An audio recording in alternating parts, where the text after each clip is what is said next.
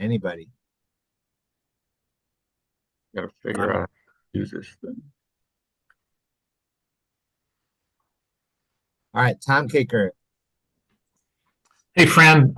Just wanted to get your thoughts on USC and what you've seen from them this season so far. Well, they've been really impressive, uh, recently. Obviously, going to Illinois and winning, uh, that was an incredibly impressive performance on a number of different levels, not the least of which was out rebounding a team that was number one in the country in rebounding. uh, they have a lot of really good players. Eric's, one of the most established coaches in our profession, was a head coach at the NBA level, at the highest levels of college. Uh, when you take over a new job now, you got to get a bunch of different guys and try to get them to play together. So it was understandable that it would take him a little bit of time to do that. And I think he's done a masterful job at that. Tyler. Just when you look at winning games on the road in the Big Ten, what do you feel like are some like non-negotiable things that you have to do to be able to do that? Well, the one is what we didn't accomplish at Wisconsin, and that is, when the other team goes on a run, which is typically inevitable at some point in the game, that run can't be a 19-2 run, because we're quick shooting the ball. The other thing is you have to rebound the ball and not give second, third shot opportunities, especially kick out threes.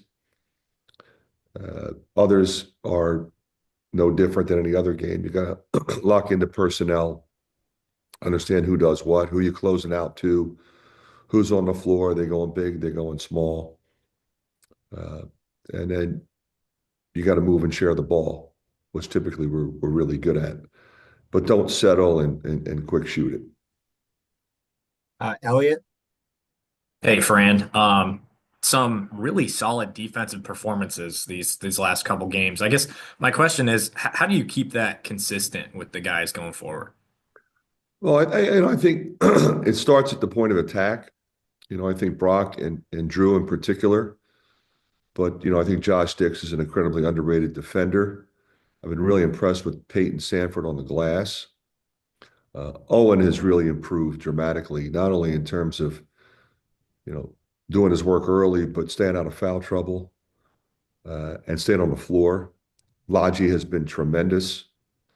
Price is another guy that I've said from day one is an underrated defender. We'll get Sadu going, and we'll get some other guys to step up here as well. Todd. Yeah, hi, Coach. Up until now, you've played more of the traditional Big Ten teams. Now you're spending a week in Los Angeles. Do you think that the guys are ready for the new look Big Ten that you're going into here? Absolutely. Tremendous respect for both programs. Uh, Excited to have them in the league. Presents different challenges, not only in terms of the quality of coaches that we're going to go up against, but the talent on both rosters. But at this level, you're used to traveling and playing difficult teams on the road. That's what you have to do. Tyler. How's Josh doing after it looked like he got banged up a little bit? And then do you have any update on Cooper? Yeah, Cooper's out again. Josh appears to be fine. Elliot. Oh, yeah, Mike. Missed the Oh, missed never the mind. mute. Oh, sorry, missed the mute button. One thing that we've talked about pretty consistently with Drew is just his impact on the team and defense and connecting with the fan base. And one thing that we've heard you say is it's his character is really what it comes down to. I guess I'm just curious, excuse me, if during the recruiting process you saw that come through. It's like, okay, we've got a really good kid on our hands, or maybe even after he, joined the team or anything like that. Well, he was presented to us uh, by an agent that I have the utmost respect for, and spoke incredibly highly of him, and he would not have done that otherwise.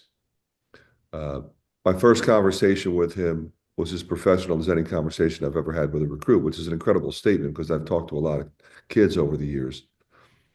Uh, And then we developed a relationship, which is hard, as you know, because this all happens relatively quickly. And I called him regularly, and we would just have conversation, like what's he doing, what we're doing, and get to know him. And of course, the whole time we're watching video of him and becoming more and more impressed with what we see on film. But at the same time, you're trying to figure out, can we get him? Who can we get? We got to get somebody we felt like in that position. So we're talking to some other folks as well. But he moved to the top of the list because of his maturity, his intellect, his character. And then when he came on his visit, he bonded with the players in a way that is a thing of beauty to see, because that's sort of the culmination of the process itself.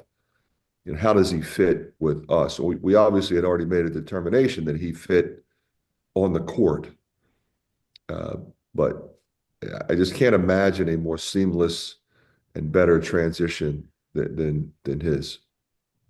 All right, Coach, final question will be from Mike Kloss. Hi, Fran. Could you explain or lay out the logistics for this week for you guys? Are you holed up in one hotel for the whole week? Do you bounce around? Do you get to practice in the arenas that you play in, etc.? Yeah, so we're at a hotel closer to USC because we play them Tuesday, and we'll practice over there today. Last night we got in, watched some film, had dinner. Tonight or this afternoon we'll have practice, and then we'll take the kids to dinner tonight. The plan was to move to a hotel closer to UCLA. That is on hold, with regard to whether or not we're actually going to play over there, because some events have been canceled over there. So we will likely play the game, maybe there, maybe somewhere else. So we may move, we may not. All right, thanks for your time this morning, Coach. Okay, guys.